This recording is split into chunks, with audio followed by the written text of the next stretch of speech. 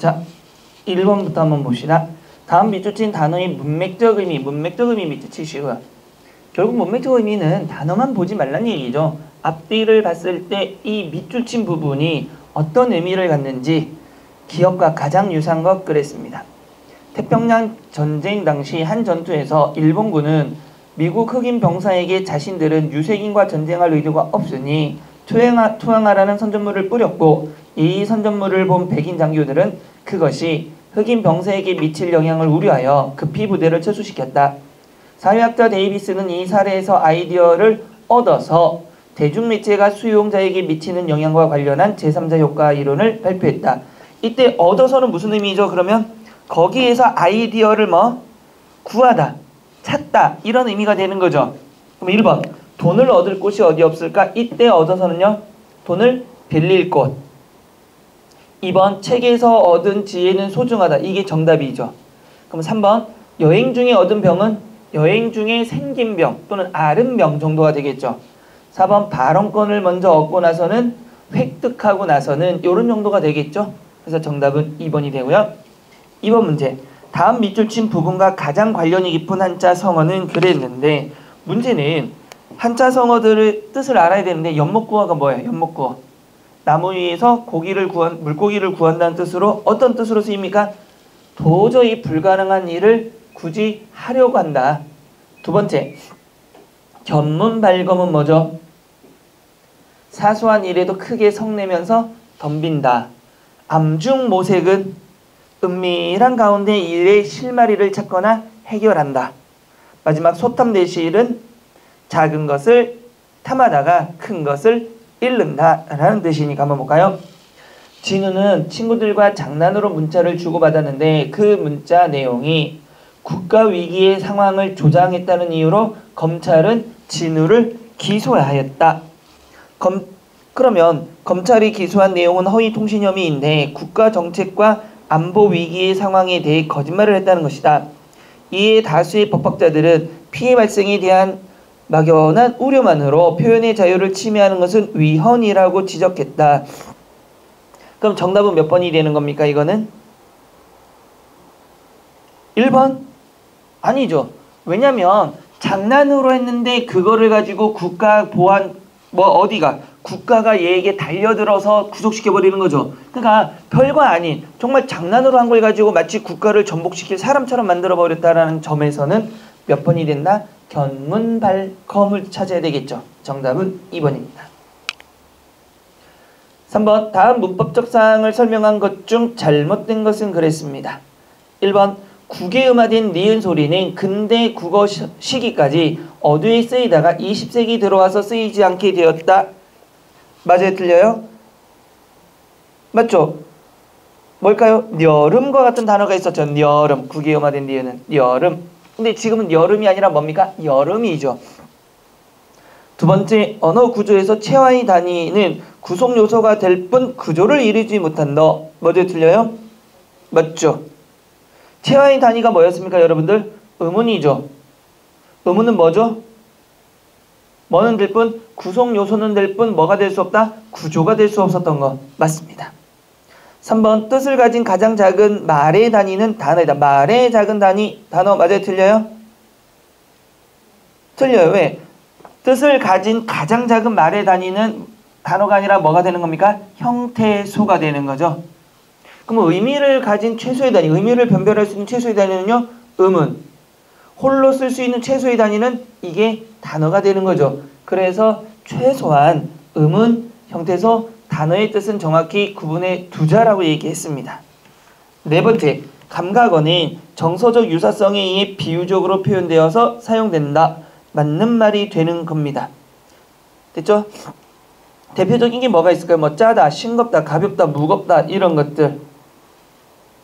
뭐죠? 뭐 키 큰 사람은 싱겁다 이런 식의 것도 있고, 뭐 구두쇠 보고 매우 짠 사람이다. 자, 네 번째, 다음 밑줄 친 조사의 성격이 다르나 그랬습니다. 1번 아침에 일찍 학원에 간다. 이때 애는 뭐죠? 부사격 조사가 되는 거죠. 밤에 잘 보셔야 돼요. 뭐가 있죠? 컴마 있습니다. 떡에 잔뜩 먹고 왔다. 이때 밤에는 뭐가 되는 겁니까? 접속 조사가 되는 거죠. 그러면 정답은 여기까지 이거를 정확히 파악했다라면 1번 아니면 2번입니다. 부사격 조사 아니면 접속 조사가 분명히 정답이 된다는 얘기인데 3번 그녀의 코 고는 소리에 잠을 깬 거죠. 얘는요 부사격 조사. 우리 12시에 만나요. 역시 부사격 조사. 그러면 정답은 2번이 됩니다. 5번 다음 문장이 중의성을 해소하는 방법이 바르지 않은 것 그랬습니다. 1번 예쁜 모자에 장식물이 돋보였다. 그럼 이거 중의성이 뭡니까 여러분들? 예쁜을 자르고 모자에 장식물이 그쵸 돋보인 건지 아니면 예쁜 모자에 달린 장식물이 그거를 모자의 예쁜 장식물이 돋보였다 그러면 모자가 있는데 거기에 예쁜 장식물이 있다라는 뜻 하나밖에 안 되니까 맞습니다. 해소한 거. 두 번째 손님이 다 오지 않았다. 이거 안부정이죠. 부정의 중의성이죠. 그럼 뭡니까? 10명 중에 10명이 다 안 온 건지 10명 중에 일부만 안 온 건지 그런데 고층에 손님이 다는 오지 않았다. 그러니까 온 사람이 분명히 있긴 있는데 원하는 만큼 오지 않았다는 하나의 뜻이 되는 건 맞습니다. 3번 언니가 교복을 입고 있다. 그러면 언니가 지금 교복을 입고 있다로 바꿨어요. 이게 뭐가 되는 겁니까? 지금 교복을 입고 있는 동작이 지금 진행되고 있는 건지 아니면 완료가 된 건지 유사한 예문이 뭡니까? 철수가 지금 구두를 신고 있다죠. 그러면 지금 구두 나가기 위해서 엎드려 허리를 꺾고 구두를 막 신고 있는 중인지 아니면 밖에 걸어 다니고 있는데 보니까 운동화가 아니라 구두를 신고 그거랑 똑같은 거죠. 지금 바꿔도 마찬가지가 되니까 정답은 3번이고요. 네 번째 형은 나보다 동생을 더 좋아한다. 이게 뭡니까? 형이 있는데 나랑 누구 중에 동생 중에 비교해 봤을 때 동생을 더 좋아하는 건지 아니면 형은 동생을 좋아하고 나도 동생을 좋아하는데 형이 더 좋아하는 건지 알 수가 없었는데 형은 나와 동생 중에 동생을 더 좋아한다니까 비교 대상이 형이라는 주체가 오직 누구? 나와 동생 중에 누구만을? 동생만을 좋아하는 것으로 바뀌어 있죠. 그러니까 중의성이 해소되어 있습니다. 정답은 3번입니다. 자, 6번. 다음에 한글 맞춤법을 탐구한 내용으로 적절하지 않은 겁니다. 이 14명 보니까 하다, 거리다가 붙은 어근에 이가 붙어서 명사가 된 것은 그 원형을 밝혀 적는다. 깔쭉이, 홀쭉이. 이게 점점 문제가 어떻게 변하고 있는 겁니까? 이게 수능형으로 바뀌고 있다라는 증거죠. 예전에는 이런 거 없이 그냥 단순하게 답지 1, 2, 3, 4 주고 찾으라 그랬는데 주고 있습니다. 붙임, 하다나 거리다가 붙을 수 없는 어근에 이 또는 다른 모음으로 시작되는 전미사가 붙어서 명사가 된 것은 그 원형을 밝히어 적지 아니한다. 대표적인 게 깍둑에다가 이니까 깍두기, 뻐꾹에다가 이니까 뻐꾸기, 동그라미 됐죠? 동글에다가 붙은 거니까요. 23번 전미사 하다나 거리다가 붙은 어근이란 곧 동사나 형용사가 파생될 수 있는 어근. 파생되는 게 뭔지는 알죠? 그럼 1번 적절하지 않은 겁니다. 얼룩이가 아니라 얼룩이로 표기하는 이유는 깍두기와 같은 규정 때문이군. 맞아요? 맞죠? 두 번째 오뚜기로 표기하는 이유는 깔쭉이로 표기할 때의 적용과 같은 규정 맞고요. 부스러기와 부스러기가 표기되지 않는 것은 부스럭거리다와 관련이 없기 때문이다. 문제 없습니다. 4번 뻐꾸기가 아니라 벅벅구기로 표기하는 이유는 동사나 형용사가 파생될 수 있는 어근이 전미사와 결합했기 때문이겠군. 잘 보세요. 여러분 뻐꾸기로 표기하는 이유는 뭡니까? 붙임에 설명되어 있는 것처럼 뻐꾸게 뭐가 된 거죠? 하다나 거리다가 붙을 수 없기 때문입니다. 그렇죠? 그래서 동사나 형용사가 파생될 수 없는 어근에 전미사 이가 결합했기 때문에 이게 되는 거죠. 그래서 정답은 몇 번이 된다? 4번이 되는 겁니다. 7번 다음 중 비통사적 합성어에 해당하는 것은 그랬습니다. 길짐승이 뭐죠 여러분들? 길짐승? 뭐가 되는 거죠? 길짐승은 뭐예요? 길짐승은 원래 뭡니까? 기다에다가 뭐가 되는 거죠? 리을이 온 거죠. 거기다가 짐승이 붙었으니까 통사적 합성어입니다. 이거 이해돼요? 기어다니다 할 때 길짐승은 기다에다가 관형사 영어미 리을이 온 거죠. 거기에다가 뭐가 붙은 겁니까? 짐승이 붙었으니까 뭐가 되는 거예요? 통사적 합성어 맞죠, 분명히.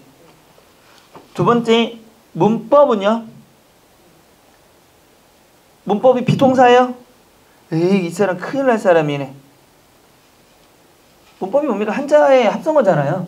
한자는 하나하나가 뭐가 됩니까? 명사가 되잖아요.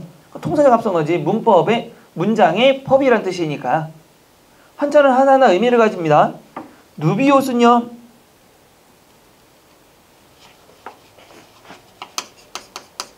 누비다 플러스 원래 옷이 되는데 누비가 되니까 뭐가 관형사형 어미 있어요, 없어요? 없죠. 그러니까 뭐가 되는 겁니까? 비통사적 합성어가 되는 겁니다. 넘어다 보다는 뭐가 되는 거죠? 넘다 플러스 어다 플러스 보다가 됐으니까 뭐가 되는 겁니까? 통사적 합성어가 되는 겁니다. 그래서 정답은 3번이 되고요. 8번. 다음 조항이 문제점으로 볼 수 있는 것 그랬습니다. 15조. 게시물의 저작권. 회원이 서비스 내에 게시하는 게시물을 게재할 경우 회원은 회사가 게시물을 복제, 전송, 데이터베이스 제작 등의 형태로 이용 및 언론기관 등에 제공하는 것, 서비스 내에서 다른 회원이 본인의 게시물 등을 스크랩 기능 등을 이용하여 복제 또는 전송 등의 형태로 이용하는 것을 동의한 것으로 봅니다. 그러면 다음 조항이 문제점으로 볼 수 있는 겁니다. 1번. 회원의 권익을 막는 조항이다. 맞죠? 왜요? 이 조항은 회원에게 뭐가? 저작권이 있는 게시물을 누가? 회사가 언론기관에게 제공하거나 다른 회원이 뭐 할 수 있도록 복제, 전송의 형태로 이용하게 된다는 내용이죠. 그러니까 누구 거를? 개인 거를 누가? 회사가 하게 되어 있는 거죠. 그러니 회원의 권익 보호를 막는 조언이다. 맞습니다. 정답은 1번이 되는 거고요. 9번. 다음 기억 리을 중에서 작가가 지향하고자 하는 세계와 가장 가까운 것은 그랬습니다. 김남주의 정념의 기니까 지향입니다. 내 마음은 한 폭의 기. 됐죠? 그러면 이거는 뭡니까? 내 마음은 한 폭의 기. 깨달음의 뭐가 되는 겁니까? 전환입니다. 전환하기 전에 보는이 없는 시공에서 그럼 보는이가 아무도 없는 시공은 고독의 시간 그 다음에 고독의 공간입니다. 시공에 없는 겉모양 걸려왔더니라 스스로 혼란과 열기 자 혼란과 열기를 뭐하고 고뇌하는 화자의 내면 상황이고요. 이기지 못해 눈 오는 내거리에 나서면 눈길 위에 연기처럼 덮어오는 편안한 그늘이여 마음의 기능 눈의 음악이나 듣고 있는가 나에게 원하는 게 있다면 이건 대놓고 나온 정도죠. 내가 원하는 게 있다면 뭐한다? 뉘우침 없는 일몰이다. 그럼 이게 바로 뉘우침 없다는 건 지향하는 순수한 색입니다. 고요히 꽃잎인 양 쌓여가는 그 일이란다. 그래서 정답은 리을이라는 걸 알 수 있습니다. 뭐 이런 거는 좀 쉽게 나왔다고 보셔야 돼요. 왜? 아예 앞에 문장 보니까 내가 원한다고 대놓고 나와 있죠. 이런 건 의심하지 않고 푸셔도 괜찮아요. 10번. 다음 작품에 대한 설명으로 가장 적절한 것 그랬습니다. 한번 봅시다. 최윤의 푸른 기차입니다. 답지 1번을 보시면 주인공의 행동을 등장인물의 관점에서 서술하고 있다. 그럼 이건 뭐가 되는 겁니까? 주인공의 행동을 등장인물의 관점에서 서술하고 있다. 무슨 시점일까요? 주인공의 행동을 등장인물의 관점에서 서술하다. 이게 뭐 1인칭이 막 헷갈리죠? 이게 뭘까요? 3인칭, 전지적, 작가. 읽어보시면 알겠지만 2번은 같은 경우는 한 이야기 속에 다른 이야기를 삽입한다. 이거 한 이야기 속에 다른 이야기를 삽입하는 걸 이거 무슨 형식이라 그럽니까? 그리고 이야기 속에 이야기에 들어가 있는 거 액자식 구성이죠. 세 번째 두 가지 이야기가 부분적으로 교차되고 교차고 사건 전개의 긴장감보다는 자르시고요. 주인공의 내면 의식에 초점을 맞추고 있다. 내면 의식에 맞추고 있는지. 그러면 이거 내면 의식에 초점을 맞추면 몇 인칭 무슨 소설? 1인칭 주인공 소설이냐를 보면 되는 거죠. 저녁 준비를 하면서 누이는 동그라미 치시고요. 비밀스러운 인생관에 일단을 펼쳐 보인다. 누이는 그를 정말로 아끼기 때문에 사는 것은 아주 단순한 것이다. 우울한 것보다는 명랑한 것이 좋다. 가난한 것보다는 부자가 낫다. 혼자 사는 것보다는 결혼하는 것이 낫다. 누이는 안정되지 않은 동생의 장래에 대한 걱정을 아끼지 않는다. 동생이니까 그는 아슬아슬한 미소를 지으며 누이의 동어 반복을 경청하고 누이가 식탁에 꺼내놓은 고등어 생선의 꼬리를 잘라준다. 조카애가 귀가한다. 매부도 귀가한다. 조용한 가운데 저녁 식사가 끝나고 누이가 그를 위해 준비한 방에 있지만 조카가 조른다. 아이든 외삼촌과 나란히 한 방에서 자고 싶어한다. 아이는이죠. 아이의 요구를 이해할 수는 없지만 들어주는 것은 어렵지 않다. 그녀는 자그마한 조카아이 방에 조카와 나란히 자리를 깔고 눕는다. 아이는 곧 고른 숨을 쉬며 잠이 들고 그는 누워서 벽에 보라색 꽃무늬를 따라가며 오랫동안 잠에 들지 못한다. 그는 돌아 눕는다. 그는 다시 돌아 눕는다. 그는 담배를 피우러 밖으로 나온다. 그는 네온이 켜진 응접실의 어항 옆에 앉는다. 그는 그의 앞에 펼쳐져 있는 먼 미래까지의 항로를 어항 속의 물고기 부유만큼 투명하게 들여다본다. 그랬습니다.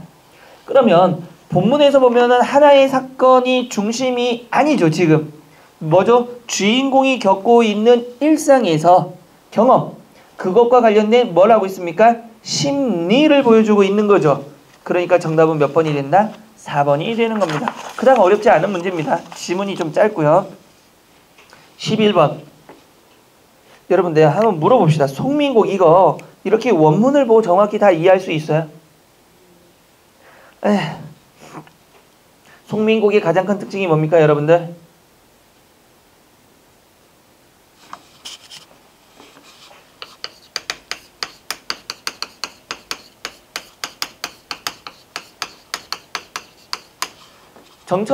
정철 보면 송민곡과 사민곡이 있죠. 요것들의 특징은, 형식적인 특징은 여러분들이 머릿속에서 좀 기억하고 있으셔야 됩니다. 일단은 송민곡의 특징은 뭡니까? 무슨 형식이다? 대화체 형식이다. 누구와 누구를 설정하고요. 갑녀와 을녀가 나와서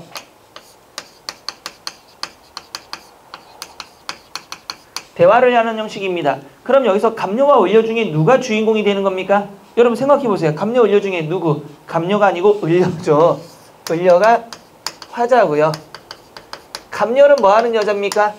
화자인 을녀인 화자가 뭐 할 수 있도록, 뭔가 이야기를 할 수 있도록, 그쵸? 이야기 전개에 조력을 하거나 아니면 위안을 주는 대상입니다. 걱정하지 말라고. 요게 전부예요. 그 다음에 또 하나는 뭐가 되는 겁니까? 무슨 사상이 있다? 유교, 불교, 도교 사상이 있다라는 거죠. 자, 유교 사상은 결국 뭡니까? 임금에 대한 충이고요. 일편단심. 그 다음에 불교는 뭐가 됩니까? 죽어서 나골이 되어 님에게 간다 그러죠. 그러니까 윤회 사상이 나와 있습니다. 도교는 뭐가 되는 거죠? 천상배곡경을 이별하고 땅을 봐서 천상과 지상을 나누는 뭐가 된다? 도교 사상이 있다라는 겁니다. 기본적으로 여러분 이건 아셔야 돼요. 부분적으로 모른다 하더라도. 됐어요, 안 됐어요? 그리고 또 하나, 가장 큰 특징 중에 하나가 여기의 여자는 무엇한다? 적극적으로 무엇하는 행동이 나온다? 적극적으로 임을 만나려는 무엇을 한다? 행위를 한다. 그래서 님의 소식과 님에게 가고 싶어서 산과 어디에 강가에 나가는 행위들이 있습니다. 하지만 무엇을 통해서? 방해물이 이것을 방해한다라는 것. 바람과 구름, 물결과 이런 것들이, 안개가 방해를 한다라는 것. 이런 부분 잘 보시면 되고요. 그러면 삼위인곡 같은 경우는 뭐가 되는 겁니까? 삼위인곡도 유불도 사상이 나타납니다. 마찬가지로 차라리 죽어서 범나비가 되어서 님의 옷에 올무리라, 윤회 사상이죠. 죽어서 나비가 되겠다라는 것. 그 다음에 여기도 마찬가지 천상과 지상을 나누는 건 뭐가 되는 거죠? 도교가 되고요. 마지막으로 끝까지 임을 사랑하겠다는 건 뭐가 되는 겁니까? 유교의 충사상입니다. 그러면 여기서 또 중요한 거는 무엇이 있다? 여기는 대화체라면 여기 뭐에 따라서? 시간의 흐름에 따라서 봄, 여름, 가을, 겨울에 따라서 님에게 무엇을 보내겠다? 사랑의 징표. 징표를 보내겠다. 그러면 사랑의 징표는 충을 강조하는 겁니다. 그래서 이런 거를 통해서 무엇을? 유교의 충을 강조하고 있다라는 거. 그러면 이런 포인트를 가지고 여러분들은 반드시 아셔야 돼요. 자, 송민국 한번 봅시다. 자, 님 쪽의 소식을 알려하니, 님 쪽의 소식을 알려하니 오늘도 거의 다 지났다. 내일이나 사람 올까? 이 사람이란 게 뭡니까? 님의 소식을 알려줄 사람이 올까라고 지금 말하고 있습니다. 내 마음 둘 데 없다. 어디로 가잔 말인고. 자, 괄호 쳐볼까요? 잡거니 밀거니 높은 산에 올라가니까지 괄호 쳐볼까요? 그러면 산에 올라간 건 뭐 한 겁니까? 지금 님 소식을 들을 수 없으니까 자기가 뭐 하려고? 님 소식을 들으려고 지금 어디 갔어요? 산에 올라갔죠. 산에 올라가니 구름은 무슨 일이고 구름은 물론이거니와 안개는 무슨 일인고. 구름과 안개 동그라미 쳐보세요. 그럼 산에서 멀리 바라봐서 누구 있는 곳을, 임이 있는 곳을 바라보려고 했는데 누가 맡고 있습니까? 구름과 안개가 시야를 가로막고 있죠. 그러면 얘는 뭐가 된다? 둘 다 방해물이 되는 겁니다. 산천이 어둡거니 이로를 어찌 보면, 여러분들 고전에서 아침에 가장 밝은 대상은 뭐죠? 낮에 가장 밝은 대상이 뭐예요? 해. 밤에 가장 밝은 대상은 뭡니까? 달 또는 별이 되죠. 그러면 해, 달, 별은 관용적으로 고전에서는 누구를 상징한다? 내가 사랑하는 임 또는 임금을 상징하는 겁니다. 그럼 다시, 산천은 어둡지만 이로를 어찌 보면 자기가 보고 싶은 게 자연물인 이로이 아니라 누굽니까? 임금을 얘기하는 거죠. 그러면 임금을 어찌 보면 지척을 모르거든 천리를 바라보랴. 지금 근처도 모르는데 어디 먼 곳에 있는 것을 바라볼 수 있겠느냐. 차라리, 자 보세요. 그러면 처음에 어디 올라갔습니까? 행위를 하기 위해서 산에 올라가서 바라보려고 했는데 무엇이? 구름과 무엇이 가렸습니까? 안개가 가려서 볼 수 있다 없다? 없다. 첫 번째 실패했죠. 그러니까 차라리 이제 어디에 가서 물가에 가겠다는 얘기예요. 두 번째 행위를 한 겁니다. 물가에 가서 뭐를? 백길이나 보자니 백길 동그라미 치시고요. 그러면 여기서 뭐 타고 가겠다? 이제 산에서 안 되니까 배 타고 가려고 이거를 알아봤는데 됐죠? 뭐가 또 가라막았어요?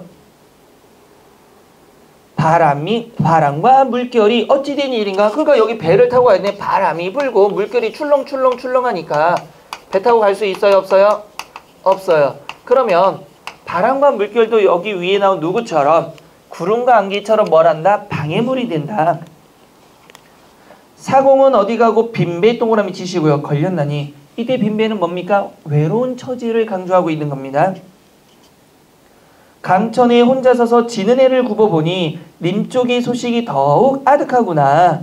모첨 찬 자리에 밤중이 돌아오니 밤벽 청등은 누구를 위해 밝았는고. 보세요. 모첨 찬 자리는 뭐냐면, 여러분들 원앙금침이 이런 거 아시죠? 여러분 혹시 집에 보면 부모님 장롱 한번 열어보세요. 뭐가 있나? 두꺼운 이불이 있을 겁니다. 본 적 있어요? 포개져 있는 거? 여러분이 아마 어릴 때부터 봤을 거예요. 근데 부모님이 깔고 자는 건 본 적 없을 겁니다. 지금 한 수십 년째 묵히고 있어요. 깨끗하죠? 그 원앙금침입니다. 어머니가 시집 올 때 들고 왔던 이불이에요. 밑에 보면 담요 하얀색이고 위에 보면 뭐 비단 같은 거 되어 있죠. 그걸 원앙금침이라 그러는데 거기 보통 보면 꽃 모양이 있거나 아니면 원앙 모양들이 막 금실 같은 걸로 속여져 있어요. 왜냐면 예전에는 드라마 보면 조선시대는 그렇게 이불 깔고 자죠. 그 안에서 뭐 하라고? 부부간에 사랑을 하라고. 요즘 침대 생활하니까 분명히 관습적으로 그건 들고 나는데 깔지 않는 겁니다. 그게 원앙금침이에요. 근데 왜 그게 차냐면 겨울에 여러분 침대에 들어가면 차가워요? 아니면 따뜻해요? 처음에 들어가면 차갑죠. 근데 동생이나 엄마가 이렇게 누워있는 이불 속으로 들어가면 어때요? 따뜻하죠. 그럼 원앙금침이 차가운 이유는 누가 없어서? 님이 없어서. 그럼 모첨 찬자리 뭐가 됐습니까? 밤중이 돌아오니 차가운 이유는 알겠죠. 님이 없어서 이불이 안 데펴진 거예요. 돌아오니 밤벽 청등은 그러니까 청등이 있는데 여러분들 여기다가 푸른 등을 이렇게 밝혔는데 누구와 같이 있을 때? 이미 있을 때 밝혔던 불이 있는데 이 불은 이제 누구를 위해 밝히겠냐 이거예요. 이미 없어서. 오르며 내리며 해 뜨며 반이니 적은 더 역진하여 풋잠을 잠깐 드니 정성이 지극하여 꿈 동그라미 치시고요. 여러분들 이 꿈의 기능은 항상 고전에서 꿈을 꾸죠. 꿈은 어떤 기능을 합니까? 현실에서 뭐 할 수 없는 거? 이룰 수 없는 것을 무엇 할 수 있다? 일시적으로 무엇 한다? 해소할 수 있는 공간입니다. 여러분들도 꿈에 보면 연예인들 나와야 안 나요? 당신들이 좋아하는 나옵니다. 한 번쯤은. 지금은 아니라 치더라도 나왔을 거예요. 근데 그 꿈에서 어떻습니까? 희한하네요.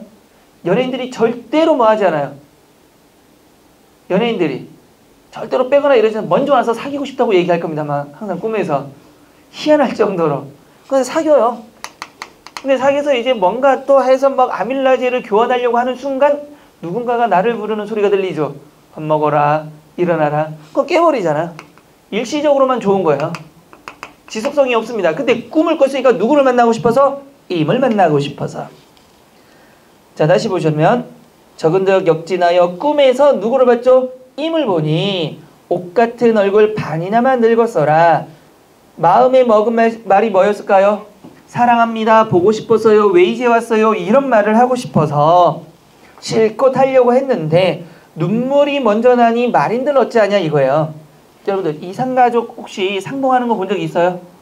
그럴 때 분명히 제일 하고 싶은 말이 뭐였을까요? 왜 이제 왔어? 보고 싶었어? 이 말 하고 싶겠죠. 근데 처음에 껴안을 때 그런 말 하던가요? 뭐합니까? 막 울고 난 다음에 한참 뒤에 얼굴 또 쓰다듬고 또 울고 한 다음에 하는 말이 뭐예요? 왜 이제 왔어? 보고 싶었어 형 이런 말 하죠. 그런 거예요. 그러니까 마음에 먹은 말은 보고 싶었어요. 사랑해요. 이 말을 하고 싶었는데 눈물이 먼저 나니 뭐가? 말을 어찌하냐. 어떤 말일까요? 보고 싶었다는 말. 정을 못 다하여 계속 목이 메인 거예요. 하고 울고 있어요. 오던 방정 맞은 개성이 뭡니까? 닭소리가 그럼 잠을 깨운 존재가 누굽니까? 닭소리. 그러면 닭소리도 뭐가 되는 거죠? 방해물이 되는 거죠. 잠은 어찌 깨우던 거. 이게 손미인곡입니다. 허난설원의 규원가. 규원가는 뭡니까? 규방가사죠. 규원가를 지은 허난설원은 누굽니까? 홍길동을 지은 허균의 누나가 되는 거죠. 근데 참 불우한 삶을 살았습니다. 굉장히 똑똑한 여자인데 남편이 멍청한 거죠. 그래서 남편한테 좀 공부하라고 했다가 남편이 시어머니한테 고저질하죠. 엄마, 집사람이 나보러 공부하래. 뭐 저런 여자가 다 있지 하니까 시어머니가 와서 책을 다 불살라버립니다. 책도 못 읽게. 네가 너무 똑똑해서 문제야 그러면서. 그리고는 젊은 나이에 죽습니다. 자, 어쨌든 다시 봐서 천상이 견우직녀 은하수 막혔어도 은하수는 뭐죠? 그러면은 방해물이 되는 겁니다. 견우직녀의 방해물. 7월 7석 1년 1도 잊지 않고 만나는데 그래도 얘들은 뭐 하는 겁니까? 만나는 거죠. 우리님 가신 후에는 무슨 약수가 가렸건데 오거나 가거나 소식조차 끊겼는가 보세요. 그러면 견우와 직녀는 은하수가 막혔어도 뭐합니까? 만나요 안 만나요? 만나는 겁니다. 1년에 한 번. 7월 7석에. 그런데 나와 누구는 임은 뭐가? 약수가 있어서 만난다 만나지 못한다? 만나지 못한다라는 거죠. 그러면 얘만 가지고도 문제가 나올 수 있어요. 뭐는 같지만 상황은 같지만 뭐가 다르다? 결론이 다른 게 나오고 있는 거죠. 그런 것까지 여러분들 알아두시면 됩니다. 오거나 가거나 소식조차 끝쳤는가? 그랬을 때 약수가 뭡니까 여러분들? 임과 나를 무엇하는? 방해하는 방해물이 되는 거죠. 그럼 방해물끼리 묶인 것. 자, 안개는 1번에 안개 돼요 안 돼요? 돼요. 1월 안 돼요. 개성 돼요. 2번 안개 바람 되지만 청등이 안 되죠. 3번은 안개 바람 되고요. 정답 3번이고 4번은 개성은 되지만 청등이 안 되죠. 정답은 3번입니다. 12번. 다음 글에서 이끌어낼 수 있는 일반적 원리로 가장 타당한 것 그랬습니다. 일반적 원리로. 자, 우리는 사람이 죽으면 꽃으로 화려하게 장식한 상여의 시신을 얹고 상여꾼들이 어와 넘차하고 소리를 매기고 받으며 장지로 메고 가는 일을 보고 살아왔다. 너무나 흔히 보고 겪은 일이기에 때로는 세계 어느 곳에서나 사람이 죽으면 그렇게 장례를 치르거니 하고 그냥 넘겨지고 마는 수가 있다. 그러나 우리의 장래에 치르는 모습을 보고 세상이 하고 입을 벌리고 담을 줄 모르고 서 있는 외국인들의 표정을 보고서야 참 우리의 장래의 풍속은 외국과 다르지 하고 새롭게 유럽인들의 장래를 치르는 모습을 상기하게 된다. 유럽인들의 장래행위에 견주어 보면 우리의 장래행위는 차라리 축제를 벌이는 모습에 방불하다고나 할까 그랬습니다. 그러면 일반적 원리가 뭡니까? 우리의 장래 행차를 우리 눈으로 보아서는 뭐 할 수 없다?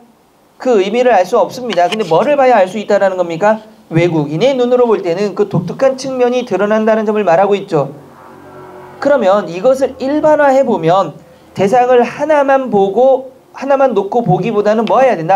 둘 이상을 서로 뭐 할 때 비교해보고 비교해보는 게 그 의미를 좀 더 명확히 알 수 있다라는 진술이 가능하겠죠. 우리 것만 가지고는 알 수 없고 남의 시선으로 보면 남의 거와 비교해보면 아 이렇다라는 걸 알 수 있으니까 몇 번이 됩니까? 4번이 되는 겁니다. 그 장례 문화가 우리도 상여를 매니까 그런데 시신을 뭐 하는 곳도 있어요. 훼손하는 곳도 있죠. 장례 문화 중에 네팔 같은 데 보시면 여러분 나라가 어디 있습니까? 평지에 있어요? 산에 있어요? 산에 많이 있잖아요. 그 나라는 뭐가 되냐면 사람이 죽으면 젊은 사람들이 그 시신을 짊어지고 산에 올라가요. 올라가서 꽂아버립니다. 독수리가 와서 시신을 다 쪼아먹어요. 다 쪼아먹으면 뭐가 됐어요? 그 죽은 시신을 두 번 죽이는 거예요. 우리 문화를 보면 이해가 안 되죠. 그러면 남은 걸 가지고 뭐합니까? 뼈만 남고 이러잖아요. 살점이 다 부셔버려요. 그리고 그걸 반죽해가지고 음식처럼 만들어가지고 독수리 또 줍니다. 그러니까 그들의 문화는 뭐가 되는 거죠? 몸이 죽으면 모든 육신이 누가 먹은 거예요 지금? 독수리가 먹었으니까 자유롭게 하늘을 날아다녀라.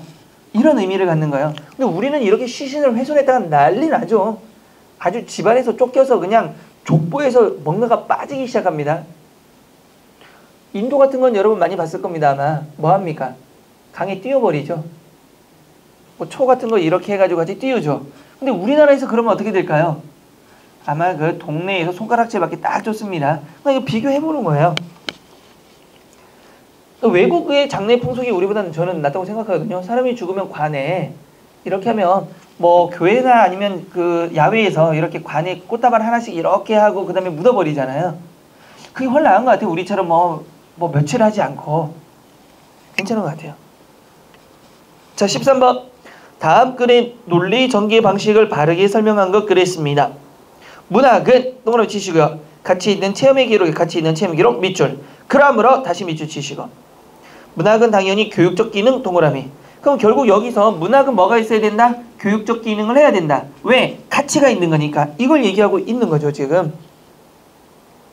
됐죠?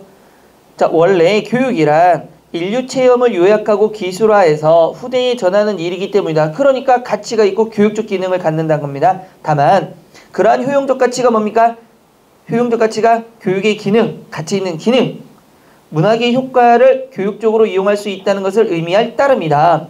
그러한 효용 가치를 문학 고유의 목적처럼 취급하는 데서 혼란이 생긴다.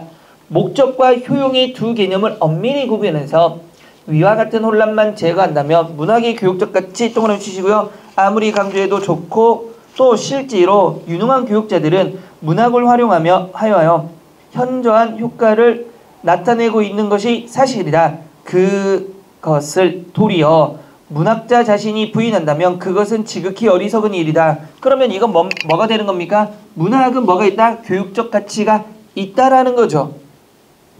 자 다시 볼까요? 그러나 문학교육은 종교와 도덕의 교의를 설교하는 일을 의미하지 않는다. 그렇죠. 왜? 교육적 가치가 있어야만 되는 거지 종교나 도덕의 교의로 쓰이는 건 아니다. 그렇게 해서 과거의 교훈주의 문학이 과오를 되풀이할 뿐이다. 문학은 그 본래의 기능, 예술적 쾌락을 완전히 발휘함으로써만 교육적 효과를 나타낼 수가 있다. 괴테가 위대한 작품은 우리를 가르치지 않고 우리를 변화시킨다. 그게 교육적 효과입니다. 쾌락적 기능이지 무엇이 아니란 얘기예요? 교훈주의가 아니란 얘기입니다. 아직도 문학을 교훈주의로 삼고 있는 나라들이 있죠. 어느 나라입니까? 사회주의 계열들이 좀 그렇죠. 문학을 뭘로? 찬양 일색으로 만들어 놓고 김일성이 모래로 쌀을 만들어서 나눠줬다는 등 가랑잎을 타고 뭐 어디 강을 건너 이건 뭐 말도 안 되는 그 돼지 아저씨가 어떻게 배도 가라앉게 생겼는데 뭐 그렇죠? 다시 봅시다. 그는 문학의 교육적 기능을 바로 통찰했던 것이다. 그렇다면 무엇을 얘기하는 겁니까? 내용으로 무엇한 것?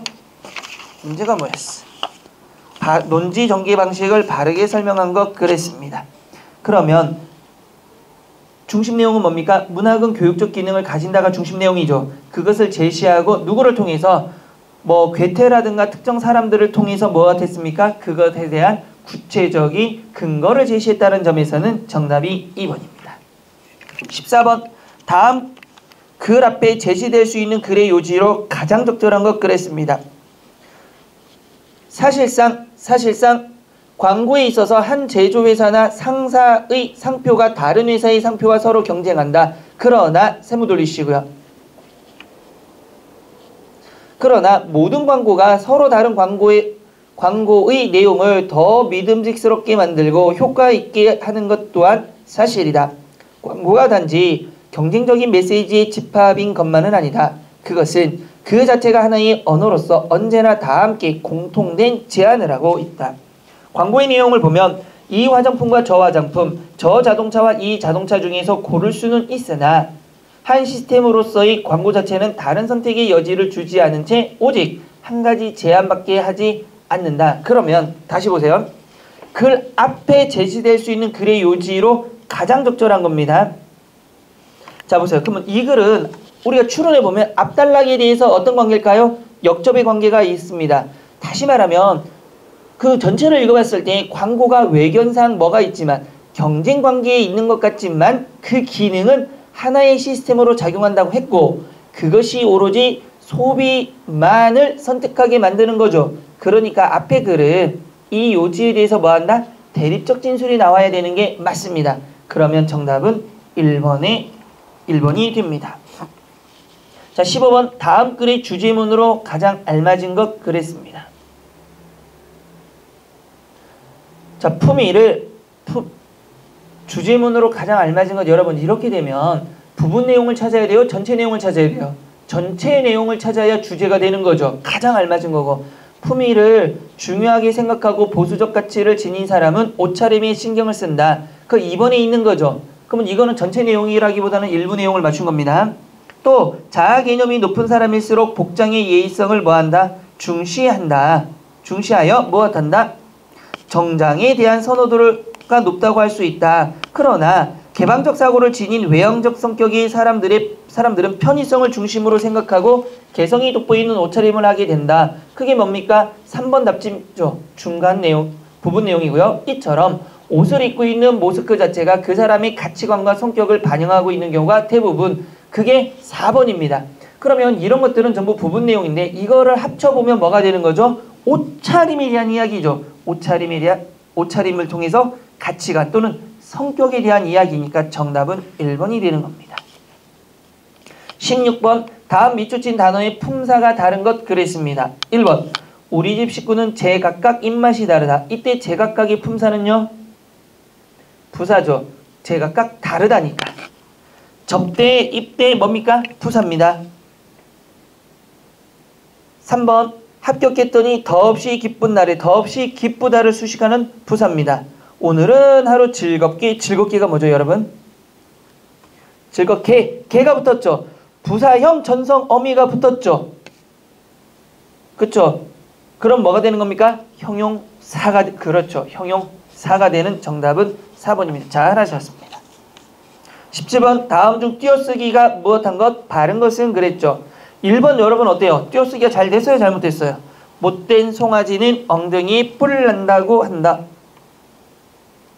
잘못됐죠? 뿔이 난다죠. 조사가 생략된 거죠. 그래서 뿔 띄고 난답니다. 아침 대신 먹을 걸 싸 갖고 와라. 잘 됐어요? 잘못됐습니다. 왜? 대신은 명사죠. 걸은요 거슬의 준말이죠. 그러니까 어떻게 됩니까? 띄어쓰고 걸은 준말이니까 이것도 뭐가 됩니까? 띄어쓰는 겁니다. 그러면 아침 띄고 대신 먹을 띄고 것을 띄고 싸 이런 식으로. 선생님께서 훨씬 더 젊어 보이신다. 문제가 없는 겁니다. 그럼 4번은 뭐가 잘못됐습니까? 오늘은 마음 편하게 고기 한번 잡아 봅시다. 한 번은 뭐가 되는 겁니까? 수 개념이 없으니까 뭐가 되는 거죠? 붙여 쓰셔야 됩니다. 한이 수의 개념이 없으니까. 그래서 정답은 3번이 되는 거고요. 18번. 동생의 마지막 말이 범하고 있는 논리적 오류와 유사한 것 그랬습니다. 형, 난 아무래도 안 되겠어. 뭐가 안 되고 안 된다는 말이니? 글쎄, 공부도 그다지 재주가 없는 것 같고 그렇다고 다른 일을 썩 잘하는 것도 아니잖아. 왜 그래? 너 뚝딱뚝딱 뭐든 잘 만들어내잖아. 저기 있는 연필꽂이도 내가 대나무로 만든 거고 책꽂이도 내가 만든 거잖아. 내 친구들은 모두 저 책꽂이만 보면 탐을 내. 뭐가 잘 만들었다고 그래? 나뭇결만 더 좋았더라면 훨씬 잘 만들 수 있었을 텐데. 그거 봐. 내 솜씨가 얼마나 좋은지 그걸로 충분히 입증됐잖아. 너도 그 정도는 알고 있고. 하지만 그게 다 무슨 소용이 있어. 그런 것들은 지금 당장 아무런 도움이 되지 않잖아. 야, 누구나 다 한 가지 재주만 있으면 돼. 모두 다 공부만 잘해봐라. 어떻게 이 사회가 굴러가겠니? 그저 자신의 몫을 열심히 살아가면 되는 거야. 형, 그렇지만 난 그런 생각하기엔 너무 어리석잖아. 나중에 어떤 생각이 들지도 모르지만 지금 당장은 힘들어 죽을 지경이야. 야, 조금만 참아. 그랬을 때 마지막 동생. 그래도 다른 사람들은 공부를 잘하는 것이 최상의 목적이라고 생각하잖아. 그런데 어떻게 나만 다른 재주를 가졌다고 마음대로 생각할 수가 있겠어. 그럼 이 말을 통해서 우리가 알 수 있는 게 뭡니까? 동생이 범하고 있는 논리는 무슨 논리 오류죠? 군중에 호소하는 오류입니다. 그럼 1번은 뭐죠, 여러분들? 철학자 베이컨은 아는 것이 힘이라고 해서 그러니 우리도 빨리 많이 배워서 권력을 휘둘러 보자. 이건 뭐죠? 애매어의 오류가 되는 거고요. 2번. 이 화장품은 유명한 배우가 선전하는 거야. 그러니 피부 미용이 좋은 거지. 얘는요. 부적합한 권위에 호소하는 오류입니다. 3번. 그가 한 말이 진실일 리가 없어. 그는 아직도 내게서 빌려간 돈을 갚지 않았거든. 논점 일탈의 오류죠. 돈과 이것들이 맞지 않다라는 것. 4번이 정답이죠. 그 책은 아마 좋은 걸까? 수많은 사람들 이런 거죠. 많은 군중을 가지고 얘기하고 있으니까 그 책을 사서 읽으니까. 19번 다음 중 로마자 표기가 잘못된 것 그랬습니다. 을지로 삼가에 맛집이 생겼다 그랬습니다. 그러면 을지로 삼가니까 뭐 붙임표 붙이는 거 맞죠? 종로 23가에 살고 있습니다. 지명이니까 붙임표를 붙이는 거 맞고요. 목동은 붙임표를 붙이는 거 맞죠? 목동 뭐니까? 운동장이니까. 그러면 뭡니까? 인사동길은 너무 복잡하다. 이거 뭐가 틀렸죠, 여러분들? 동과 길이 나오면 뭐에는 붙임표를 붙이지 말아야 돼요? 동에는 붙임표를 붙이지 않는 겁니다. 그래서 정답은 1번이 되는 거고요. 4번이 되는 거고요. 20번 다음 밑줄 친 관용절 동그라미 치시고요. 피수식어와의 관계에서 성격이 다르나 그러면 간단하잖아요. 뭐가 되는 겁니까? 동격이냐 관계냐 관계관용절이냐 동격관용절이냐를 찾으란 얘기랑 똑같은 거잖아요. 1번 나는 내가 그를 직접 만난 기억이 없다. 이건 뭐죠? 내가 그를 직접 만난 게 뭡니까? 기억이죠. 그럼 무슨 관용절? 동격관용절이 되는 거고요. 2번 그는 어제 결혼하는 그녀에게 이건 뭡니까? 그녀가 뭐한 거죠? 결혼했다니까 관계관용절이죠. 주어가 생략된 관계관용절. 3번 이것은 내가 쓰던 안경이야. 얘는요. 내가 안경을 쓰다죠. 그러니까 목적어가 생략된 관계관용절이 되고요. 영희는 학원에 가는 철수를 보았다. 철수가 학원에 가는 거죠. 그럼 주어가 생략된 관계관용절. 정답은 1번이 되는 겁니다. 되셨나요? 됐죠? 자, 그러면 우리 책 잠깐만 봅시다. 내가 말해놓고 내가 책을 안 갖고 왔네. 잠깐만 봅시다.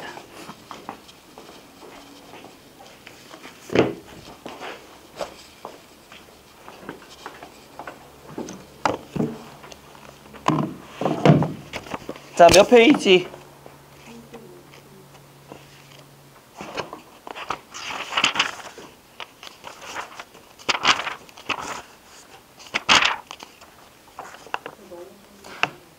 자, 35페이지는 넘어가시고 몇 페이지? 문학의 2 52페이지까지 넘어가시면 됩니다.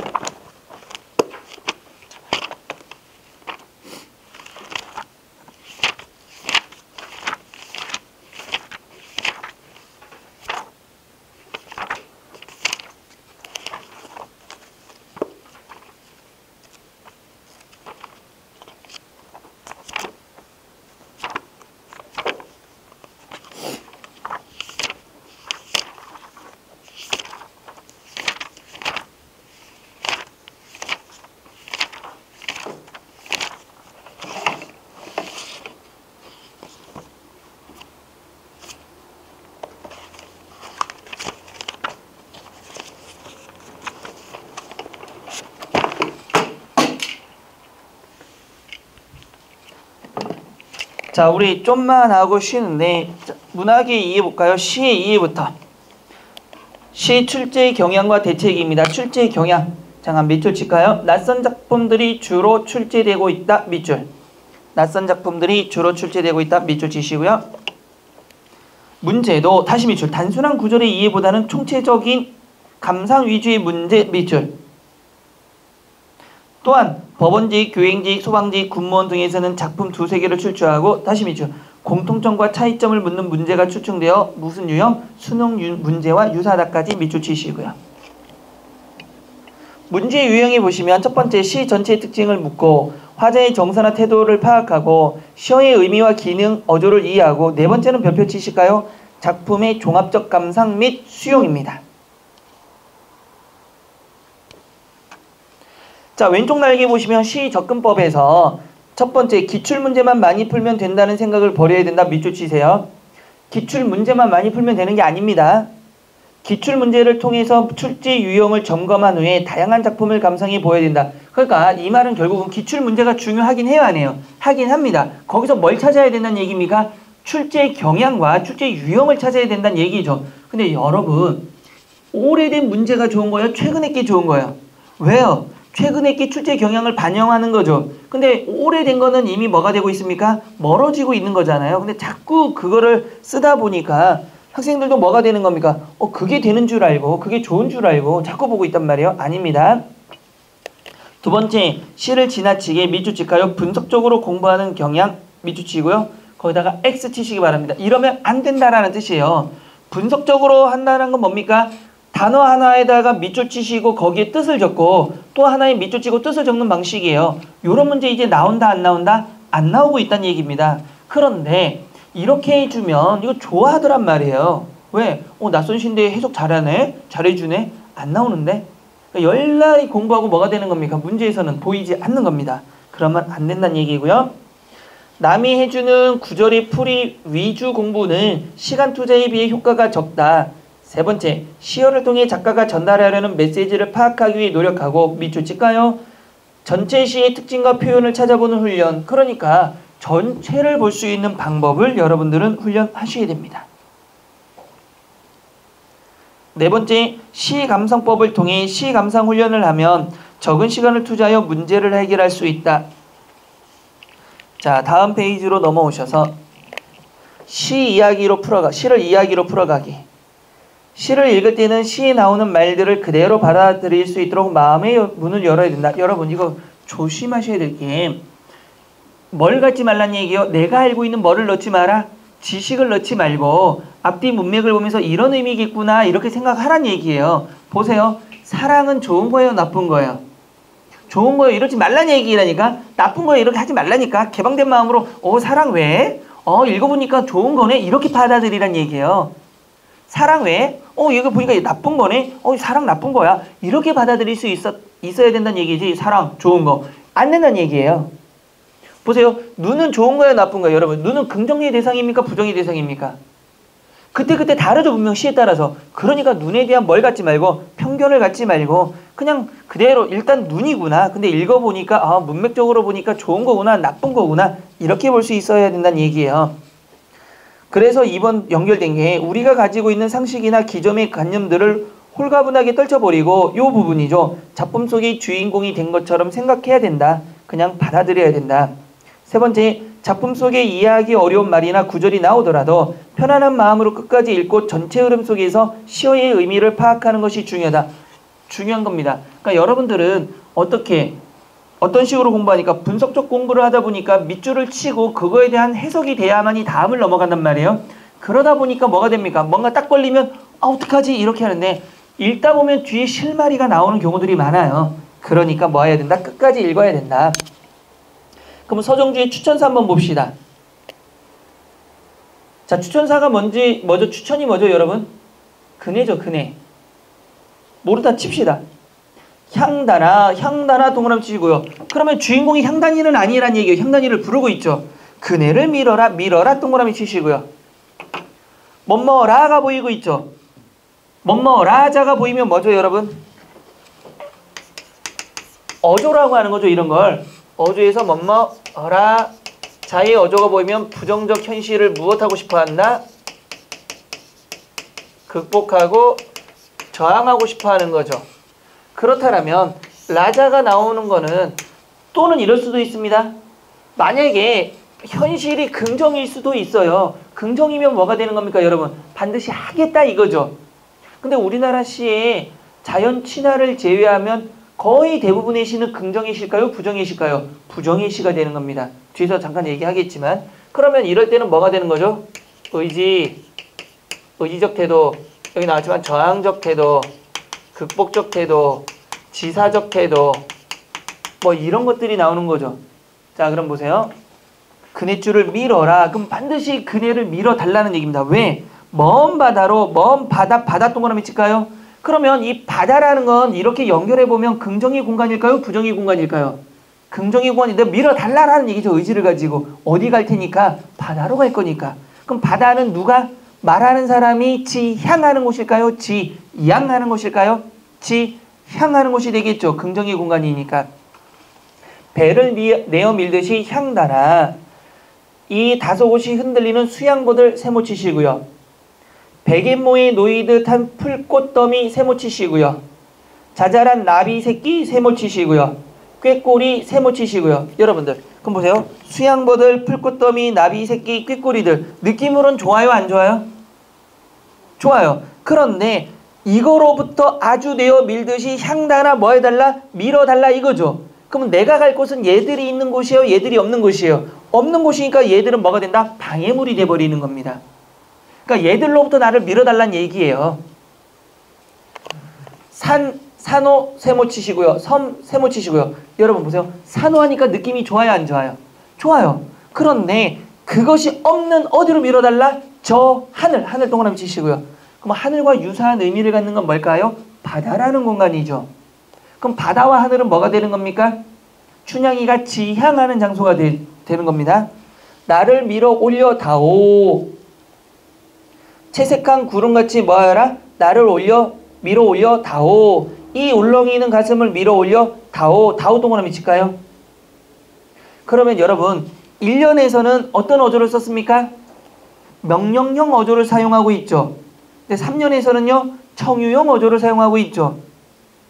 이럴 때 정말 어렵게 된다면 어조 변화를 통해서 이렇게 해도 맞습니다. 명령에서 청유로 바뀌었으니까. 서쪽으로 가는 달같이는 나는 아무래도 갈 수가 없다. 보세요. 그럼 서쪽으로 가는 달은 긍정일까요? 부정일까요? 나는 갈 수 없는 좌절 상태죠. 누구처럼 갈 수 없다는 겁니까? 달. 그럼 달은 긍정입니다. 그러면 지금 나는 어때요? 의지를 갖는 겁니까? 아니면 좌절한 상황입니까? 나는 아무래도 갈 수 없으니까 좌절이죠.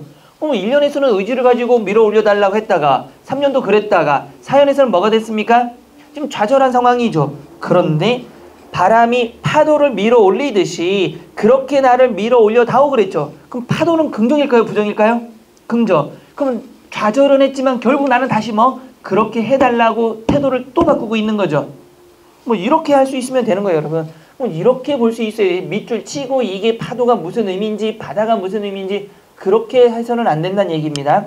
밑줄이 아니라 이걸 통해서 파도, 바다, 하늘은 다 긍정적인 거고 수양보들, 풀꽃더미, 나비새끼, 꾀꼬리, 산호, 섬 이런 건 전부 부정이라는 걸 읽어가면서 여러분들이 찾을 수가 있으셔야 됩니다. 그러면 학습 체크 바로 갈까요? 시는 아까 했으니까 다음 시에서 화자에 대한 설명으로 옳지 않은 겁니다. 1번 작품의 제목과 향단이라는 이름으로 볼 때 화자는 춘향전의 춘향이다. 당연하죠. 왜? 춘향이가 뭐 했습니까? 향단이와 연결된 여자니까. 두 번째, 춘향전의 한 대목을 바탕으로 하여 현대적으로 새롭게 창조된 인물이다. 맞고요. 세 번째, 그네 타기라는 행위는 현실을 초국하려는 맞죠? 그네를 타서 현실을 초국, 뭐 풀꽃더미가 있는 곳으로부터 내가 하늘, 바다 그렇게 보내달라고 했으니까 초국하는 거 맞고요. 네 번째, 화자는 현실이 아름답지 못하다고 하여 현실을 벗어나려고 한다. 아닙니다. 현실 아름답다 추하다의 문제는 아닙니다. 단지 내가 가고 싶은 곳이 있는데 그곳으로 가기 위해서는 이곳이 없어야 된다라는 거지. 그게 나쁘다라는 그런 건 아닙니다. 그래서 정답은 4번이고요. 5번. 지상적 존재인 하늘은 화자는 맞죠? 지금 그네 타고 내가 가고 싶은 곳이 바다, 하늘이니까 지금 있는 곳은 지상이겠죠. 하늘로 표상되는 동경의 세계를 지향한다. 동경의 세계, 긍정적 공간이니까 맞습니다. 정답은 4번이 되는 거고요. 되셨죠? 자, 그러면 54쪽의 시의 언어부터는 우리가 잠깐만 쉬었다 가도록 하겠습니다.